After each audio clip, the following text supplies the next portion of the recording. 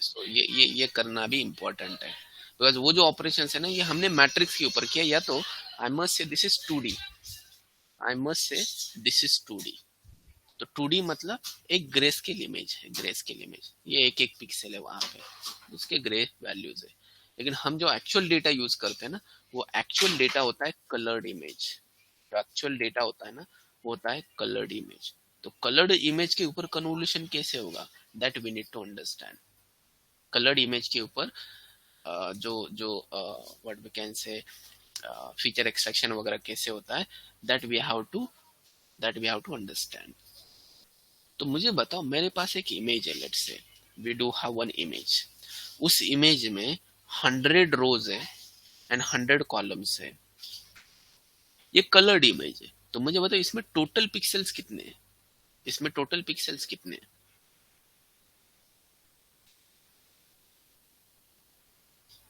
100 by 100 10,000 yes, that is 100 by 100, मतलब total pixel से इसमें 10,000, राइट, 100 by 100।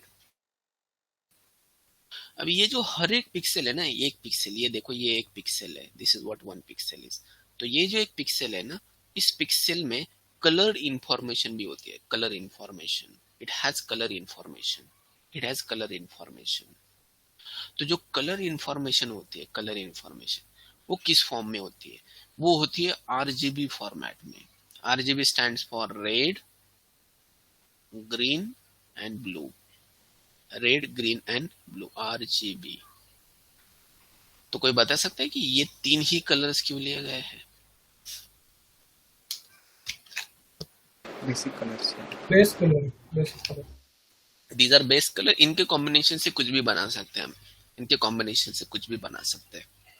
तो कोई भी पिक्सल लेते हैं ना, तो वो कितना रेड है, वो कितना ग्रीन है एंड वो कितना ब्लू है, ये तीनों वैल्यूज हमें चाहिए। वो कितना रेड है, ग्रीन है, ब्लू है। तो कोई भी पिक्सल ले लो, वो कितना रेड है उसका रेंज होता है 0 से लेकर 255। 255 अगर आर का वैल्यू 255 मतलब वो सबसे रेड है, रेडिश। 0 मतलब रेड का कंटेंट उसमें है ही नहीं। जी मतलब जी का भी वैल्यू 0 से लेकर 255 एंड बी का भी वैल्यू 0 से लेकर 255। तो अगर मेरे पास एक ऐसा पिक्सल है, this is what one pixel is, and उसके आरजीबी मतलब तीन वैल्यूज, पहला वैल्यू 255, दूसरा वैल्यू है 0, तीसरा वैल्यू है 0, क्या लगता है ये कौन सा कलर है इस पिक्सल का? Red. That is red. like total red, can I say that is total red, that is total red।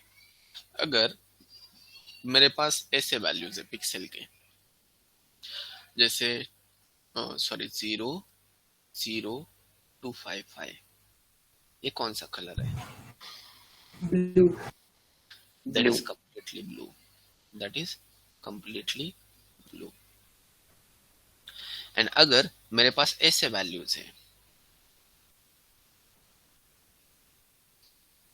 मेरे पास ऐसे वैल्यूज है, लेट्स से दिस इज ये भी लेट्स से 255 एंड ये जो ग्रीन है वो 0 एंड ये ब्लू है 255। किसी को है पता ये कॉम्बिनेशन कौन सा है, रेड एंड ब्लू का कॉम्बिनेशन? वायलेट। पर्पल।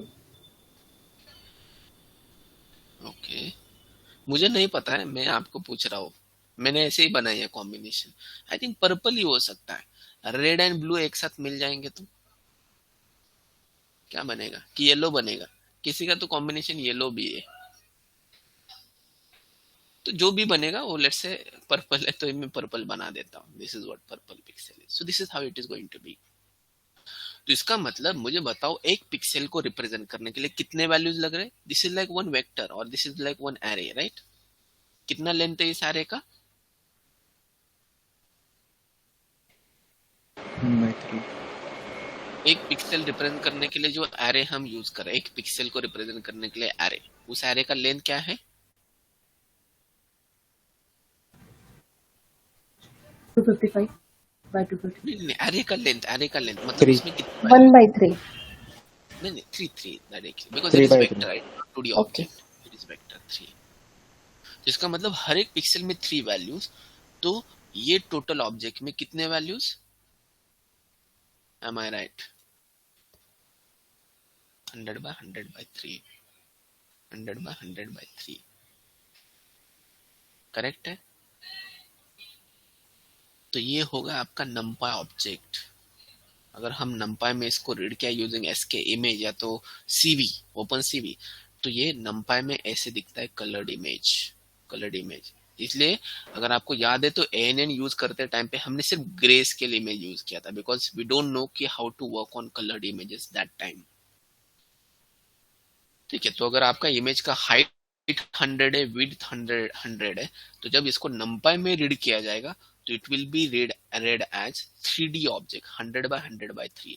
ये जो 3 है ना, ये फिक्स होता है, बिकॉज कोई भी पिक्सल ले लो उसमें 3 ही वैल्यूज होंगे, दैट इज फिक्स। ये जो है ना, इसको बोला जाता है हाइट ऑफ इमेज, एंड ये जो है ना, इसको बोला जाता है width of image.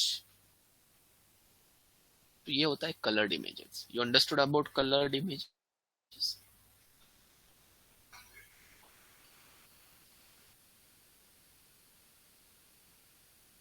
Yes, got hello it. Colored image. Hello Yes. Yes. Sir me Yes, open please. सी बद्दल बघत होतो. त्याच्यात हाँ. असं होतं की कलरचा फॉर्मॅट BGR असतो. आपण मॉडेल आपण BGR देतो की म्हणजे RGB? नाही, आपण आता त्याच्यामध्ये दोन्ही ऑप्शन असतात, RGB द्यायचा का BGR द्यायचा. Basically it is just like inversion of matrix. म्हणजे तुम्हाला 3 पैकी कुठला कलर पहिल्यांदा दाखवायचा. BGR हाच RGB आहे, येते लक्षात? म्हणजे BGR मध्ये काय होतं की पहिल्यांदा ब्लू दाखवतात, नंतर ग्रीन आणि नंतर R. So BGR is RGB. त्यामध्ये 2 रिप्रेझेंटेशन्स असतात की हे जे पिक्सेल्स आहेत, हे पिक्सेल्स BGR फॉर्मॅट मध्ये फॉर्मॅट म्हणजे सिक्वेन्स मध्ये दाखवायचे का RGB सिक्वेन्स मध्ये, otherwise image is same. Yes. So got it. ये जो कलर्ड इमेज है, ये जो कलर्ड इमेज है, ये आपका numpy का 3D ऑब्जेक्ट है. Do understand? कोई डाउट इसमें?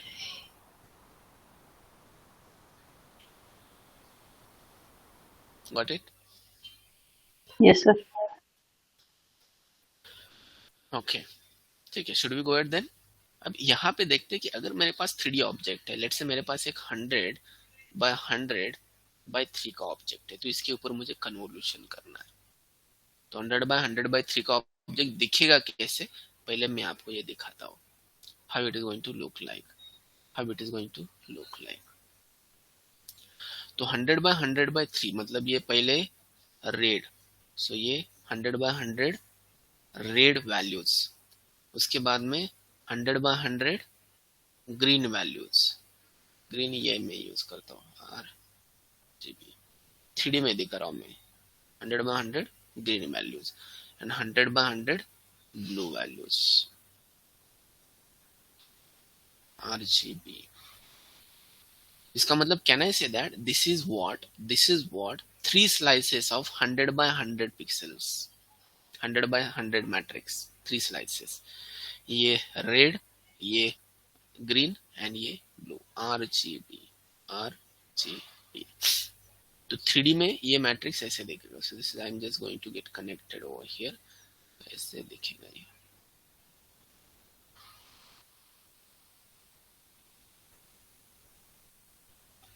ठीक है, तो अगर मैंने एक पिक्सल बोला तो इस एक पिक्सल में basically we do have 3 values over here. ठीक है, ये पहला वैल्यू, ये दूसरा वैल्यू एंड बाकी बचा हुआ ये तीसरा वैल्यू. तो एक पिक्सल में 3 वैल्यूज. लेट्स से कि ये 255, ये पीछे जी का भी 255 एंड ब्लू का 0 है लेट्स से. तो ये रेड एंड ग्रीन का कॉम्बिनेशन बनेगा, रेड एंड ग्रीन का कॉम्बिनेशन बनेगा. अब होता कैसे कि जब भी हम इसके ऊपर कन्वोल्यूशन करते हैं ना, तो यू नीड टू अंडरस्टैंड जो हमारा कर्नल होगा ना, कर्नल, जैसे कि I am using 3x3 colonel, तो ये कर्नल भी हमें 3D numpy ऑब्जेक्ट ही लगता है, 3D numpy ऑब्जेक्ट ही लगता है. That we want as a 3D numpy object as well. And इसका जो थर्ड डायमेंशन है that must be same like your input image third dimension. तो इनपुट इमेज का थर्ड डायमेंशन क्या है? 3. तो इसके कारण इसका थर्ड डायमेंशन भी हमें 3 करना पड़ेगा. That must get matched. It must get match, otherwise convolution नहीं हो सकता.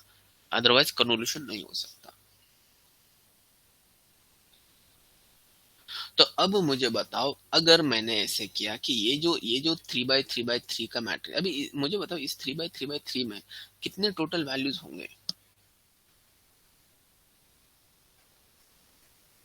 6. टोटल इंटीजर्स कितने होंगे?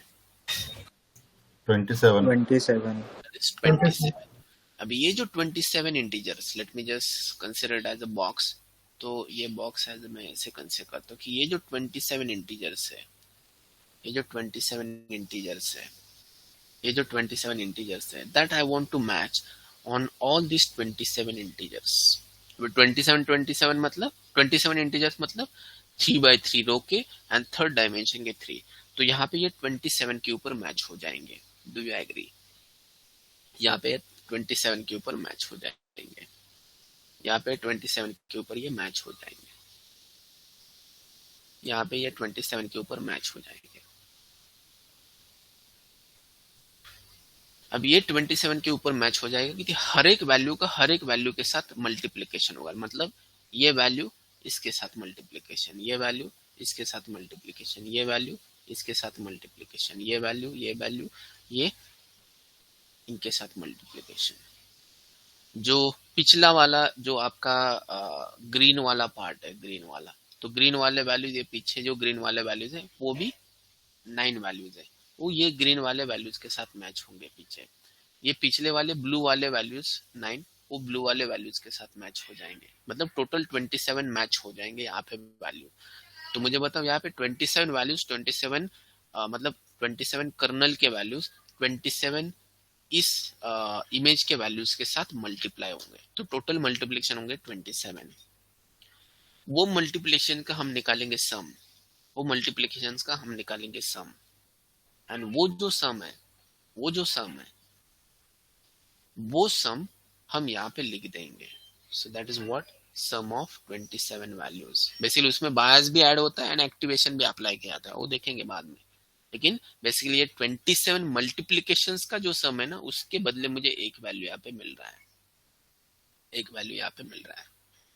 तो अगर मैं आपको दिखाऊं, late me just show you that in 3D. थोड़ा सा मैं ये निकालता हूँ ये ऑब्जेक्ट. तो ये थोड़ा सा यहाँ पे let me just have this as a 3D object.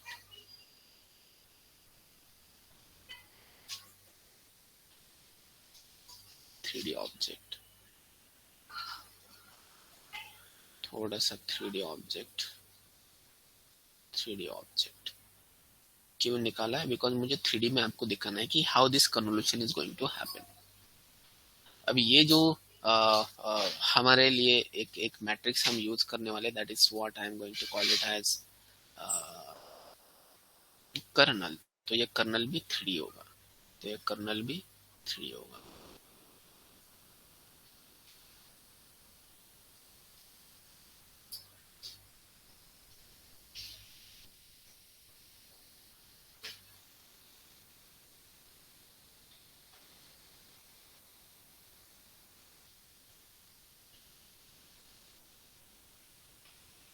तो ये जो बॉक्स मैंने निकाला, इसमें कितने वैल्यूज है? इस बॉक्स में इसमें कितने वैल्यूज है? 3 by 27. 7. total 27. Now what we are going to do? We are going to match this box. Over this. थोड़ा सा यहाँ पे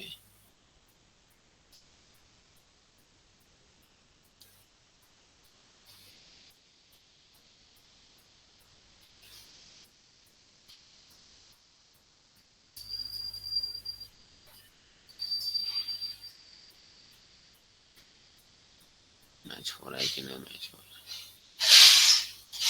ठीक है. तो ये 27 वैल्यूज के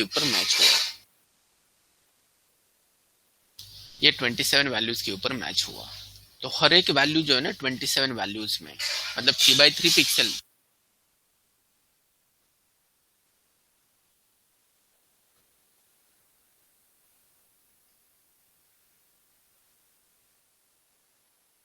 पिक्सल से 9 पिक्सल से 9, लेकिन हर एक पिक्सल के 3 वैल्यूज, तो ये यहाँ पे मैच होंगे। तो बेसिकली ये मैच होने के बाद इसके बदले सिर्फ हमें एक वैल्यू मिलने वाला है। That is what sum of multiplications of this 27 values. अब इसके बाद में क्या होता है, स्ट्राइड। अब स्ट्राइड कितना होता है हमारा बाय डिफॉल्ट, 1 से होता है राइट साइड को। अब फिर से 1 से हम राइट को शिफ्ट हो गए, इसके बदले हमें क्या मिलने वाला है, एक वैल्यू।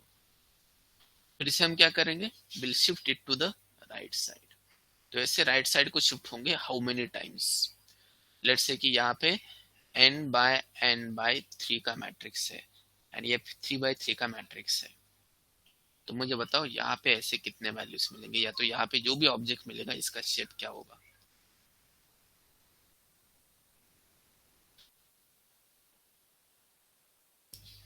इसके बाद में देखो, I am just going to show you animated way में।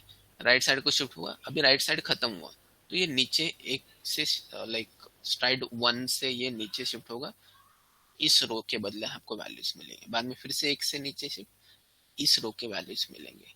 उसके बाद में x से शिफ्ट, इस n रो minus के 3 plus 1. that is ये। So how many values we are going to get here? n-3 plus 1 n minus means n-2. so अगर मैंने यहाँ पे बोला कि it is k by 3, ठीक है, तो it is going to be what, n minus k plus 1 by n minus k plus 1। तो मुझे बताओ ये जो आउटपुट में ऑब्जेक्ट मिल रहा है वो 3D मिल रहा है कि 2D मिल रहा है मैट्रिक्स। इनपुट में 3D है, कर्नल 2D. तो आउटपुट में क्या मिल रहा है, 2D मिल रहा है। एवरीवन एग्री टू दिस, सारे Yes. लोग इसको एग्री, Yes, sir. सारे लोग इसको एग्री। Yes. तो ये ध्यान में रखना, क्योंकि होता कैसे है ना, कुछ लोगों ऐसे लगता है कि सर ये थर्ड डायमेंशन गया किधर, होता है ये, मतलब कंफ्यूजन हो सकता है कि ये थर्ड डायमेंशन गया कहाँ पे। देखो थर्ड डायमेंशन में हमने स्ट्राइड किया ही नहीं, तो थर्ड डायमेंशन जनरेट होगा ही नहीं। हम क्या कर रहे हैं, ये टोटल 27 वैल्यूज के बदले एक वैल्यू निकाल रहे हैं। राइट साइड को शिफ्ट किया, फिर से टोटल 27 वैल्यूज के बदले एक ही वैल्यू, राइट को शिफ्ट किया, टोटल 27 वैल्यू के बदले एक ही वैल्यू। अब नीचे जाएंगे तो नेक्स्ट रो स्टार्ट होगा, तो नेक्स्ट रो में पहले 27 वैल्यूज के बदले एक वैल्यू। तो ये 3D बनेगा ही नहीं, ट्राई टू अंडरस्टैंड, ये 2D ही बनेगा। एंड ये जो स्ट्राइड है ना, ये स्ट्राइड ये सिर्फ यस column wise and row wise होता है। अगर स्ट्राइड जो है ना ये थर्ड डायमेंशन में होता तो ये 3D भी आ जाता आउटपुट में ऑब्जेक्ट, लेकिन ये सिर्फ स्ट्राइड है ना, ये सिर्फ column wise and row wise होता है। इसका मतलब कैन आई से दैट ये जो कन्वोल्यूशन ऑपरेशन हो रहा है ये सिर्फ 2 डायरेक्शन में हो रहा है। Convolution operation right side and downward side, right side में कन्वोल्यूशन होते होते राइट साइड में जा रहे हैं हम, एंड एक बार एक रो कंप्लीट हुआ तो नीचे जा रहे हैं नेक्स्ट रो, उसके बाद में नेक्स्ट रो।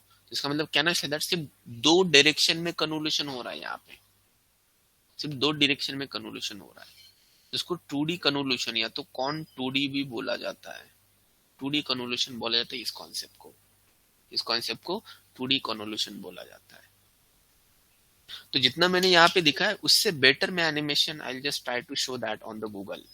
इससे बेटर या तो एनिमेशन में गूगल पे देखना चाहता हूँ, so let me just show you 2D convolution on images animation।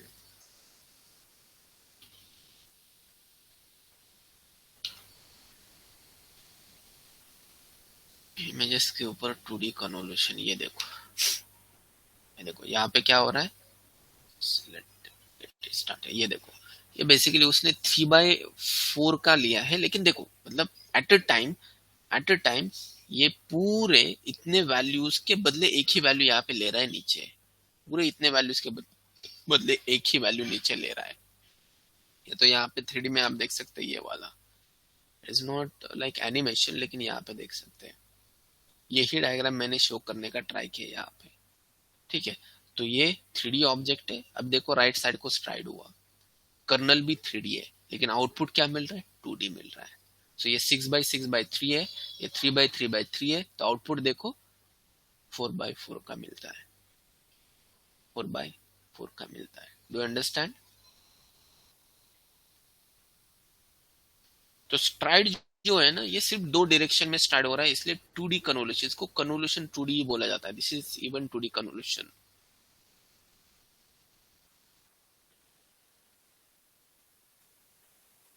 इसको 2D कन्वोल्यूशन ही बोला जाएगा, इसको 2D कन्वोल्यूशन ही बोला जाएगा। बिकॉज ये देखो, ये सिर्फ राइट साइड को शिफ्ट हो रहा है, बाद में यहाँ पे, यहाँ पे, यहाँ पे। So this is how it is going to generate the values. तो आउटपुट जो होता है ना, ये 2D होता है। All agree to this? All agree to this? Yes, sir. अब ये जो फॉर्मूला है, ये ध्यान में रखना, या तो लिख के रखना, बिकॉज आगे जाके काफी ज्यादा यूज करना है। इनपुट में अभी मैं क्या करूँ, थोड़ा सा जनरलाइज बनाता हूँ। Let me just write down over here. ये इनपुट इमेज है n by let's say m size का, n बाय m साइज का। कर्नल का साइज है k बाय मुझे बताओ थर्ड डायमेंशन क्या होना चाहिए कर्नल का? M. अभी इस कर्नल का थर्ड डायमेंशन क्या होना चाहिए? M. That must B m, that should get match, otherwise convolution होगा नहीं। ये m ही यूज होता है यहाँ पे, ठीक है। सो ये m, तो अगर इनके ऊपर मैंने कन्वोल्यूशन किया तो मुझे आउटपुट ऑब्जेक्ट क्या मिलेगा? N minus K plus M.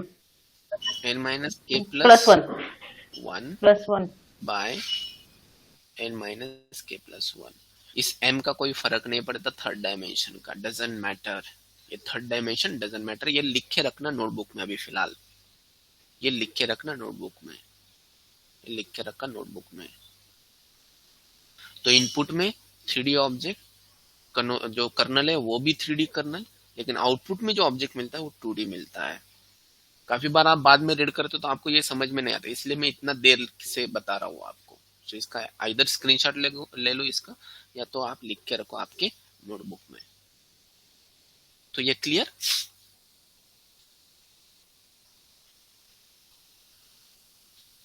ठीक है। अब मैं क्या करता हूँ, मैं थोड़े से मल्टीपल कर्नल्स के ऊपर ऑपरेशन कैसे होता है वो बताता हूँ, मल्टीपल कर्नल्स के ऊपर। So now I am going to consider one image. तो ये एक इमेज है, एक इमेज ये है 100 बाय 100 बाय 3 का। अब इसके ऊपर एक कर्नल में यूज कर रहा हूँ। ये जो कर्नल है ना, ये है लेट से 3 बाय 3 बाय, तो 1 मिनट, 3 बाय 3 का हर बार हो रहा है, तो let me just use them as 5 by 5 का कर्नल। मैं use it as 5 by 5 by, क्या होगा इस कर्नल का third dimension? 3. That is going to be 3. That is going to be 3.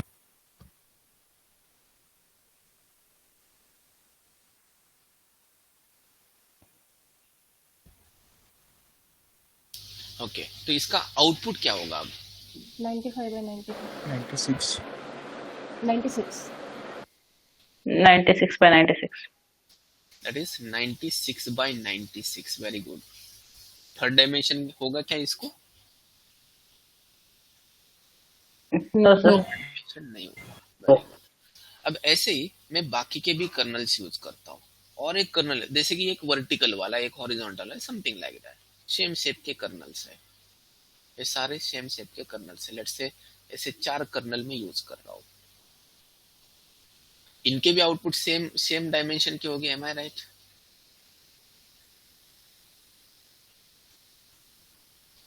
M I right?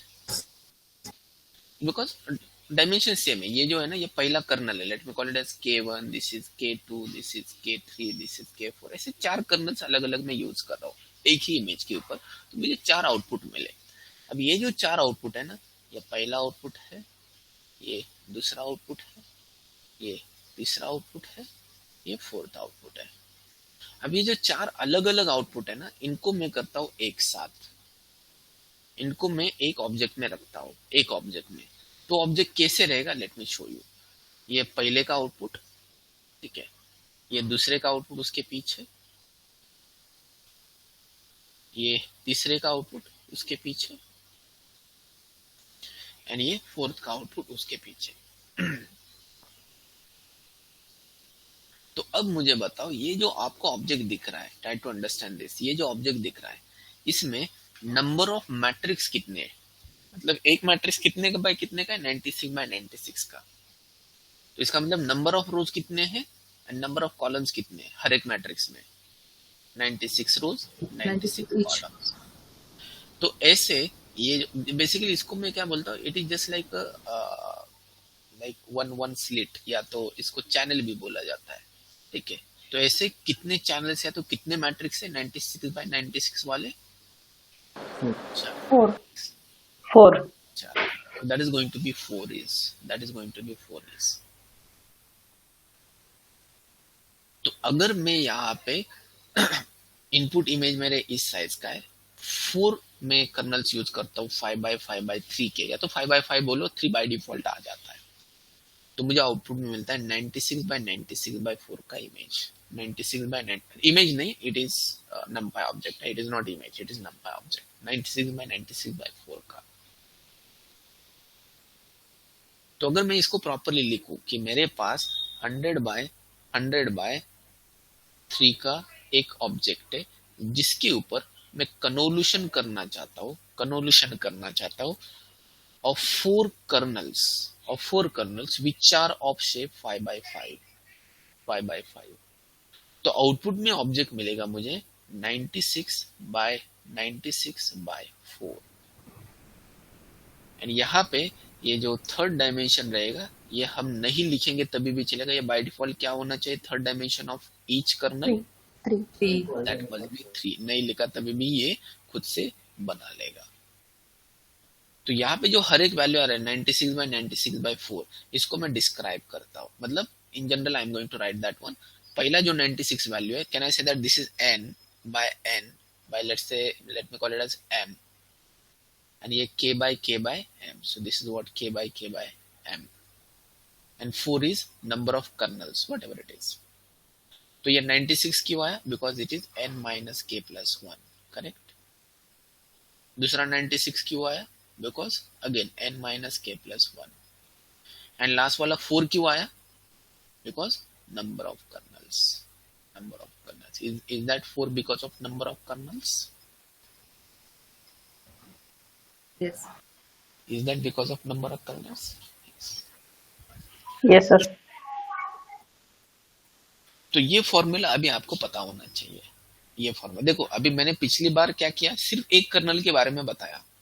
So this is output of single kernel. लेकिन ऐसे कितने कर्नल्स, अगर मैंने यहाँ पे p number of kernels use किया, तो it is going to be p। That's the only thing I have change over here. यहाँ पे सिर्फ एक कर्नल यूज किया था मैंने, लेकिन अगर ऐसे p नंबर ऑफ कर्नल से तो इंटू p बनेगा। जैसे यहाँ पे 4 कर्नल्स यूज किया तो इंटू 4 बना, यहाँ पे इंटू 4 बना, ये वाला। So that is what the thing is।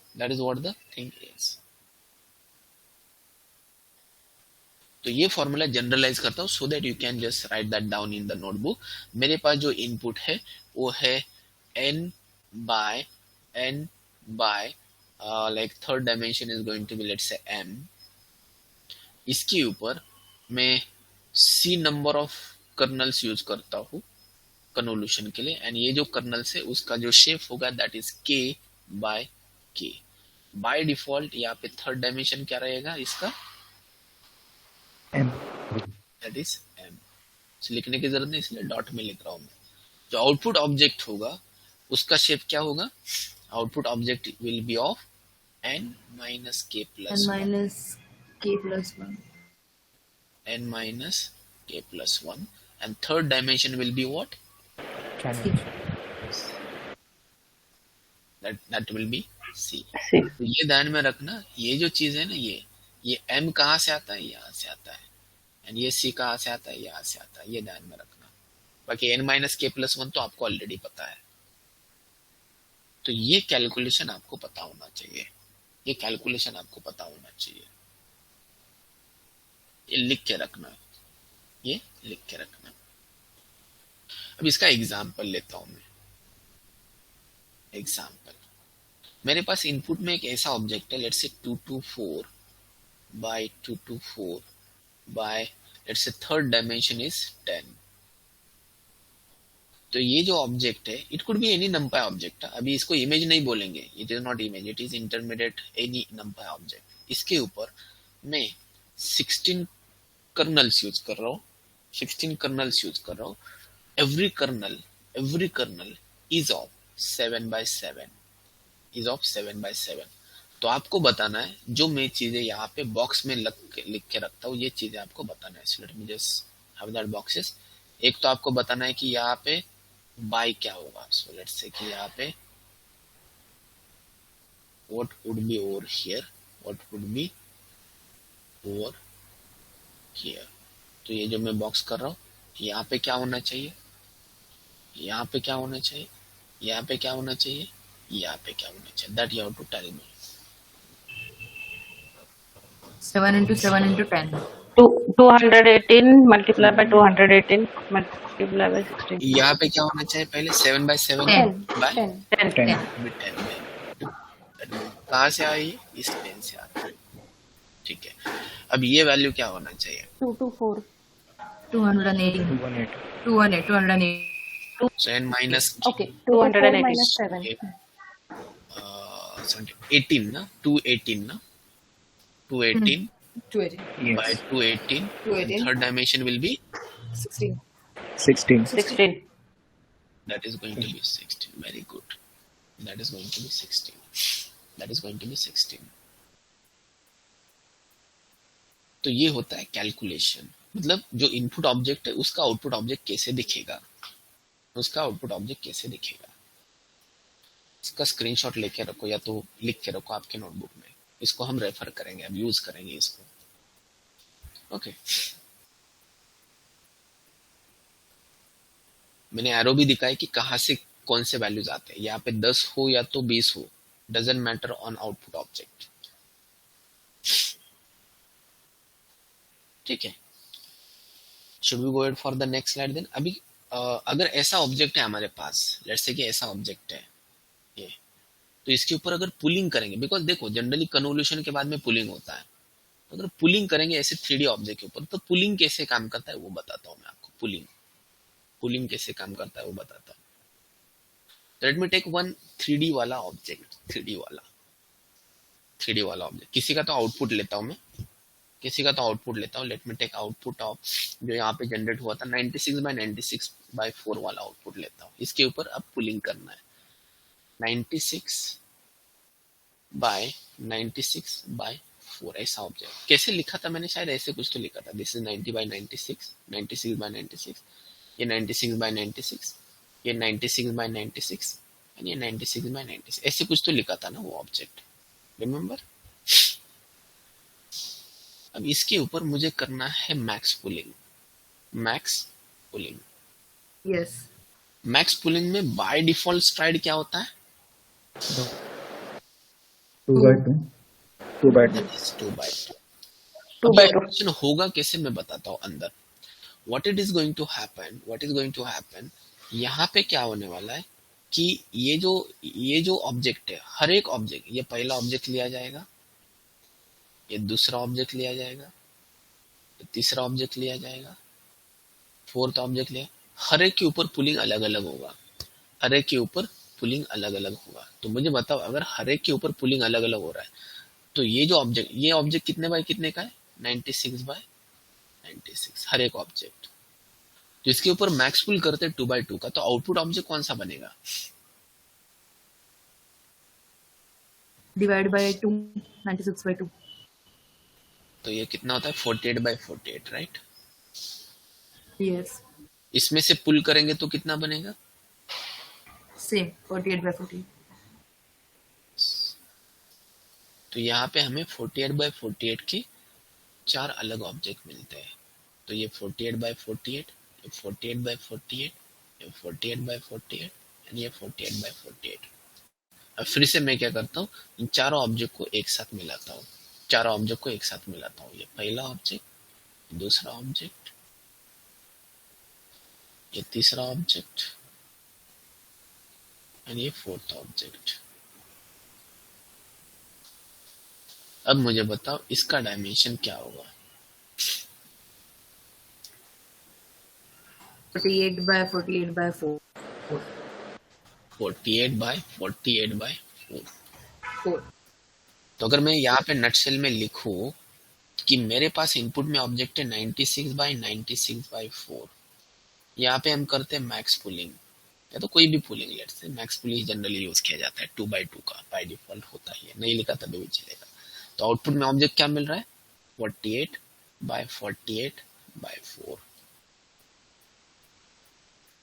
तो अगर ये n/n/m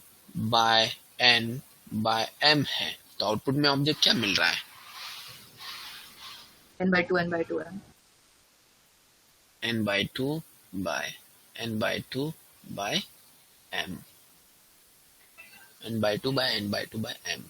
फोर्थ सॉरी, जो ये जो थर्ड डायमेंशन है वो एज इट इज रहता है, इसको कोई फर्क नहीं पड़ता। ये अगर 4 है तो यहाँ पे 4 ही रहेंगे, बिकॉज ये जो पुलिंग है ना, ये हर एक जो स्लाइड है या तो हर एक जो चैनल है उसके ऊपर अलग अलग होता है मैक्स पुलिंग, हर एक चैनल के ऊपर अलग अलग से मैक्स पुलिंग। इसलिए जो थर्ड डायमेंशन अगर इनपुट में 4 है तो आउटपुट में भी 4 ही रहेगा। So it doesn't matter in case of max pulling, it doesn't matter कि आपका थर्ड डायमेंशन क्या हो, अगर 4 है तो यहाँ पे 4 दिखेगा। तो क्या चेंज होता है, ये जो है ना, ये इसको बोलते हैं ऑब्जेक्ट का साइज, ये साइज हाफ हो जाता है, हाइट में भी हाफ एंड विड्थ में भी हाफ।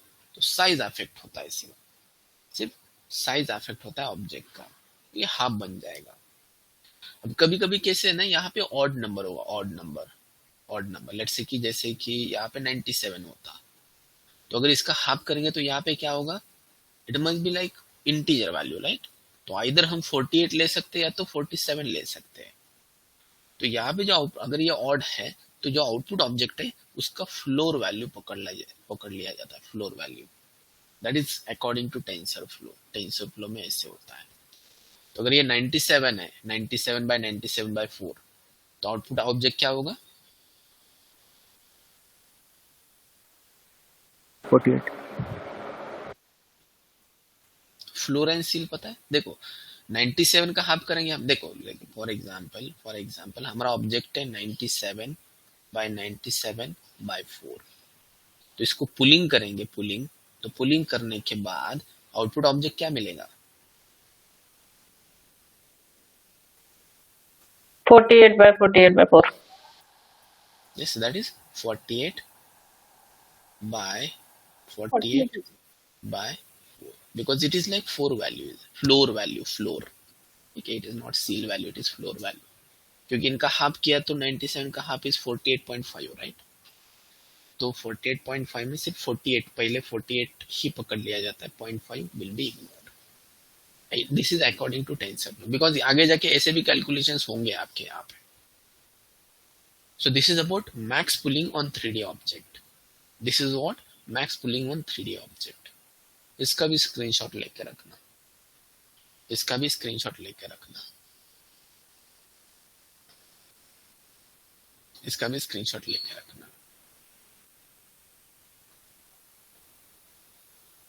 ठीक है, क्लियर। कोई डाउट इसमें?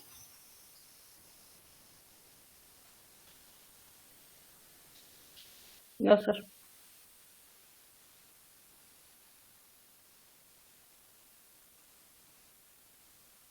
ओके, सो अब बड़ा वाला एग्जांपल देखते हैं। Let's go ahead with the next example, जहां पे मैं प्रॉपर सीक्वेंस ऑफ ऑपरेशंस लेता हूं। पहला जो ऑब्जेक्ट है हमारा यहाँ पे, पहला ऑब्जेक्ट ये इट इज समथिंग लाइक 224/224/3, ये कलर्ड इमेज है। इस कलर्ड इमेज के ऊपर I am going to use 16 kernels of 3/3 each। यहाँ पे आउटपुट ऑब्जेक्ट मिलेगा। इस आउटपुट ऑब्जेक्ट के ऊपर I am going to do max pooling, उसका आउटपुट ऑब्जेक्ट यहाँ पे मिलेगा।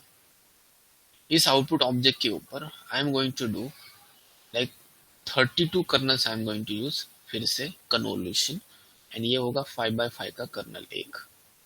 तो यहाँ पे आउटपुट ऑब्जेक्ट मिलेगा, एंड इस आउटपुट ऑब्जेक्ट के ऊपर फिर से हम करेंगे max pulling.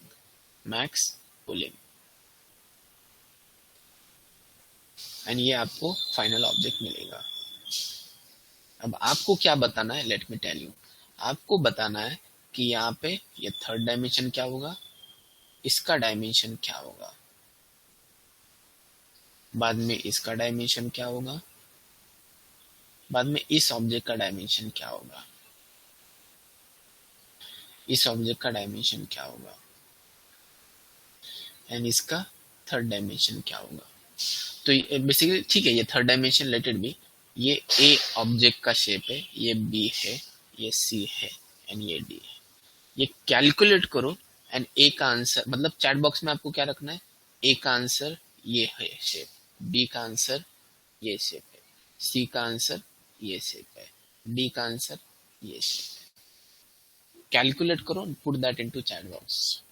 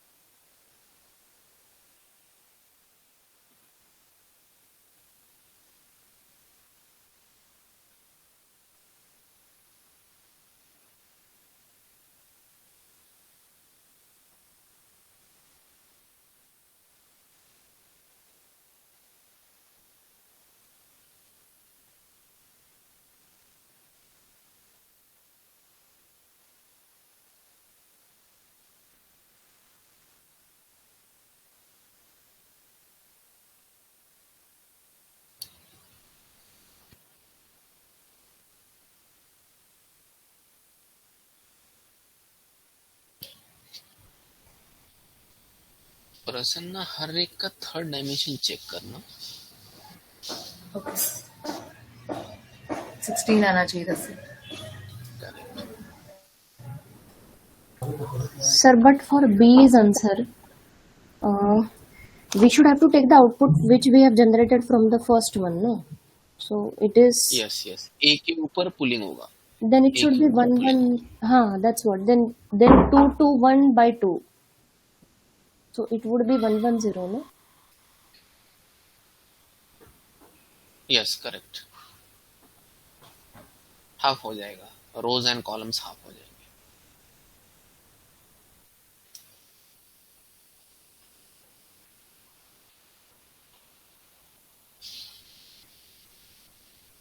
What about others? इतना टाइम नहीं लगना चाहिए।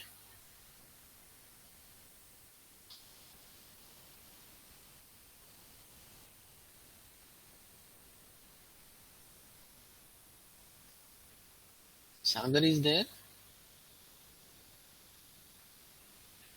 सागर आयस का you connected through two different devices?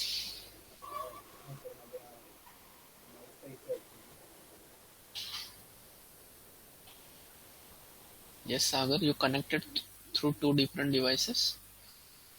हो सर, माझा माईकचा इश्यू होता. तो अच्छा आंसर देत पण नाहीये. सर देतोय सर, ते ऍक्टिव्ह आहे. सॉर्ट आउट करते हैं. दोन डिव्हाइसेस वरून कनेक्ट करणं अलाउड नाहीये. ओके.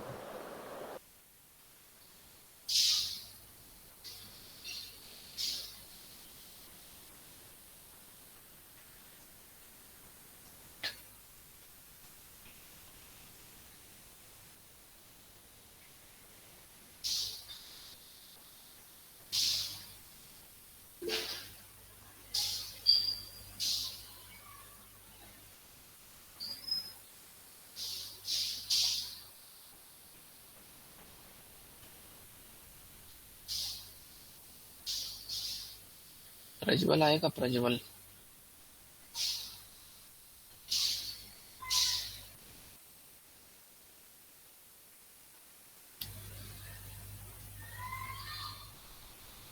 प्रज्वल आहेस का?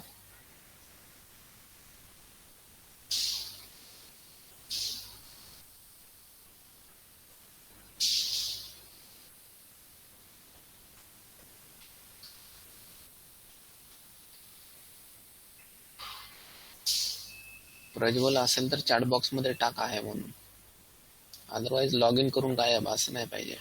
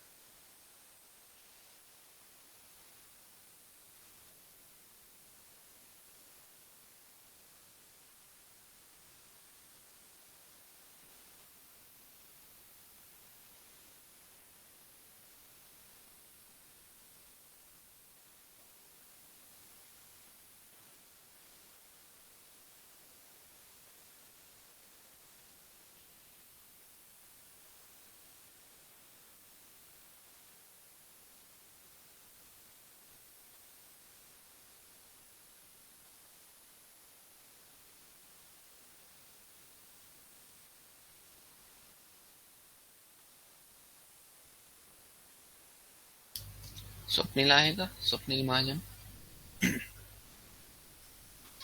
Yes, sir. Yes, sir. I'm here.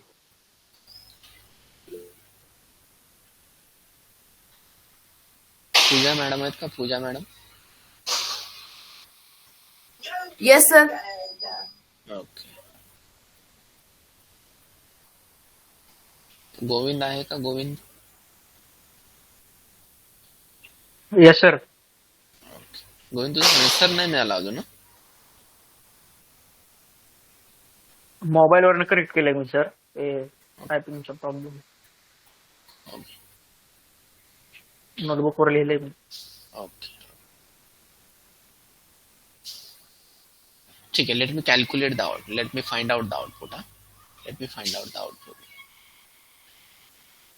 देखो ये जो पहले है ना, ये जो है ना, ये थर्ड डायमेंशन क्या होना चाहिए? Can I say that it is same like input object? ये 3 होना चाहिए। Do you agree? किसी को भी यस ऐसा लगे कि यहाँ पे नहीं समझ में आया तो यू कैन टेल मी। हाँ, तो ये 3 है because it must be same like your input object. अब कन्वोल्यूशन जब करते हैं तो कौन सा formula? n minus k plus 1। सो 2 to 4 minus 3 plus 1, so that is 2 2 2 by 2 2 2 by what must be the third dimension? 16. Right, good. Then max pooling में third dimension change होता है क्या? एज इट इज ये हाइट एंड विड्थ ये half होंगे, मतलब 1 1 1 bye 1 1 1। कोई डाउट इसमें? नो ठीक है। अब यहाँ पे मुझे बताओ, ये जो 5 बाय 5 बाय का कर्नल है, 5 बाय 5 का कर्नल, इसका थर्ड डायमेंशन क्या होगा? 16 16. बाय डिफॉल्ट 16 आ जाएगा, we don't have to worry about it. And ये 16 आता है तो उस केस में हम क्या करेंगे? देखो n minus k plus 1, so 111 minus 5 plus 1, it is going to be like minus 5, मतलब 107 by 107 by what is going to be the third dimension? 32 32. that is 32. 32, very good. Then after that max pooling मतलब इसका half और इसका half होगा, तो ये क्या होगा? ये 353 होगा, right? Floor value yes 53 by 53 by third dimension 32 same. 32. तो ये होगा आपका डी ऑब्जेक्ट। अगर डी ऑब्जेक्ट का शेप सही है तो इसका मतलब आपका आउटपुट सही है, या तो आपको ये कॉन्सेप्ट समझ में आ गया है।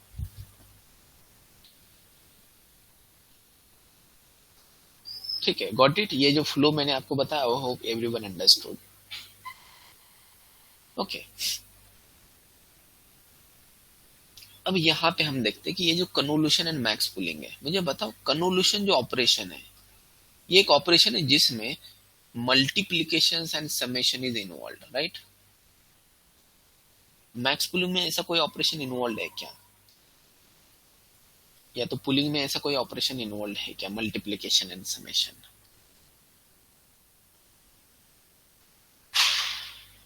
No, right? मैक्स पुलिंग में कुछ भी नहीं। मैक्स पुलिंग में हम क्या कर रहे हैं? जितनी भी वैल्यू उसमें से कुछ वैल्यू सिलेक्ट कर रहे हैं, दैट्स इट। कोई मल्टीप्लीकेशन नहीं, कोई समेशन नहीं। समझ में आ रहा है?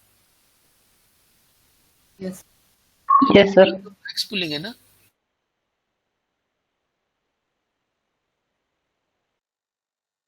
कन्वोल्यूशन थोड़ा सा टाइम कंज्यूमिंग है बिकॉज काफी सारे मल्टीप्लीकेशन एंड समेशन करने। तो ये जो मैक्स पुल है ना, इस मैक्स पुल में कोई भी मल्टीप्लीकेशन है तो समेशन नहीं है, लेकिन कन्वोल्यूशन में है। तो थोड़ा सा कन्वोल्यूशन में हम जानते हैं कि कन्वोल्यूशन में जो कर्नल होता है ना, एक कर्नल या तो जिसको फिल्टर भी बोलते हैं इमेज प्रोसेसिंग में, it is equivalent to one neuron.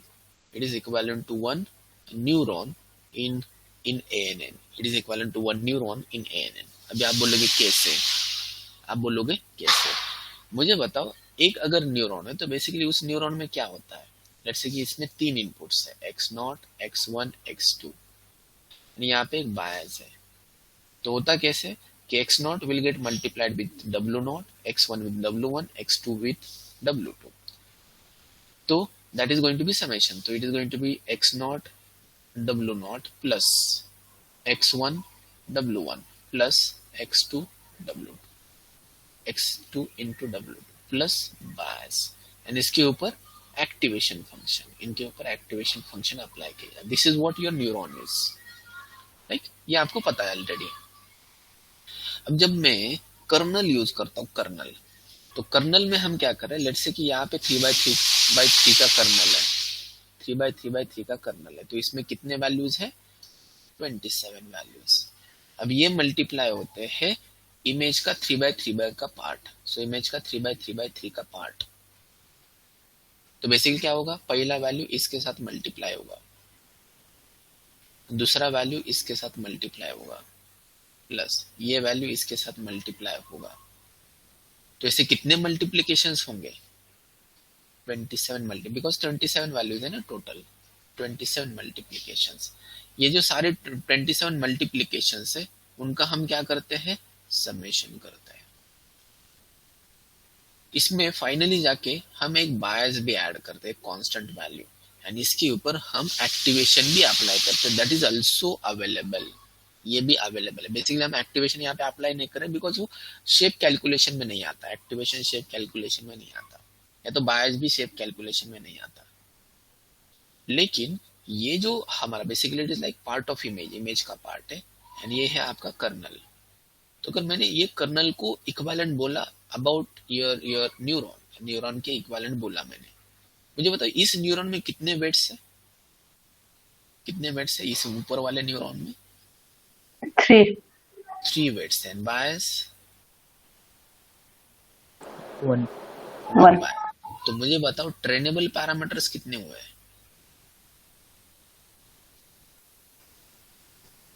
4. 4. Total trainable parameters will be 4. Total trainable parameters will be 4. वैसे अगर मैंने यहाँ पे कैलकुलेट किया तो मुझे बताओ वेट्स कितने हमारे पास? एक कर्नल में वेट्स कितने?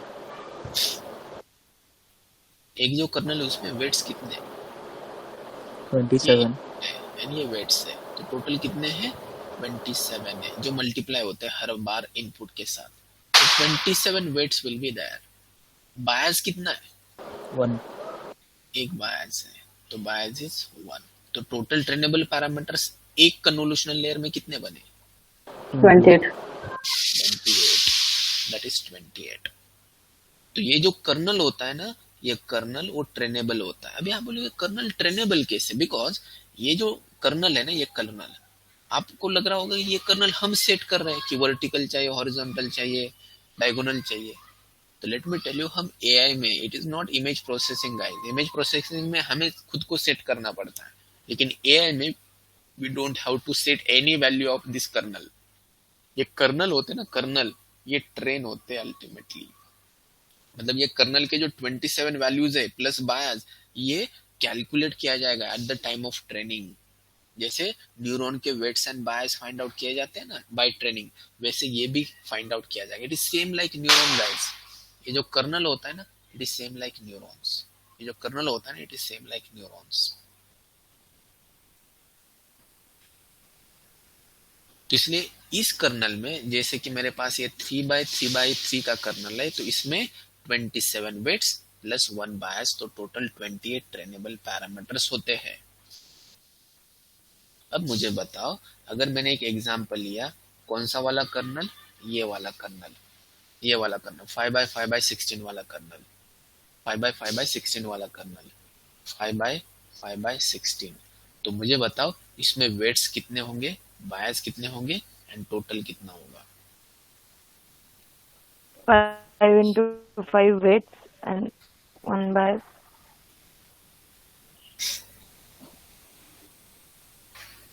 नहीं, कितने वेट्स होंगे इसमें टोटल? ये ऑब्जेक्ट क्या है? 400 plus 1. 400 weights. 5x5x16 इतने वेट्स होंगे। यहाँ पे 27 थे, 3x3x3, यहाँ पे 5x5x16, 5x5 ऐसे 16। तो टोटल कितने weights? 25 into 400. 16, that is 400 weights. And bias 1। तो टोटल ट्रेनेबल पैरामीटर्स कितने इस कर्नल में? 401। अब मुझे बताओ यहाँ पे एक कर्नल में 401, वैसे कितने कर्नल्स यूज कर रहे हैं? 32। तो इस पर्टिकुलर लेयर में टोटल ट्रेनेबल पैरामीटर्स कितने बने? सही हूं मैं? Yes, sir. Yes, these are total trainable parameters at this layer. इस लेयर में कितने होंगे? ये वाला layer, total trainable parameters 16 into 27. 27 की 28, 28. 28. that is 28, 28. 28, that is 28. Max pooling में कितने होंगे total trainable parameters? Max No pulling, parameters. Max pooling में कर्नल वगैरह है There क्या? won't be. No. यहाँ पे भी मैक्स पुलिंग में नो ट्रेनेबल पैरामीटर्स। तो इस टोटल नेटवर्क का देखें हम, तो ये प्लस ये हो गए ट्रेनेबल पैरामीटर्स, ये हो गए ट्रेनेबल पैरामीटर्स। एआई देखो, मतलब एआई में सबसे बढ़िया चीज है कि ये कर्नल्स वगैरह ना, ये आपको सेट करने की जरूरत नहीं, that will be found out by your network only. ये आपका नेटवर्क ही फाइंड आउट करने वाला है, ये आपका नेटवर्क ही फाइंड आउट करने वाला है। So that is what it is going to happen. तो ये ट्रेनेबल पैरामीटर्स है, this is what you call it as a trainable parameters, trainable parameters, trainable parameters, ये वाले।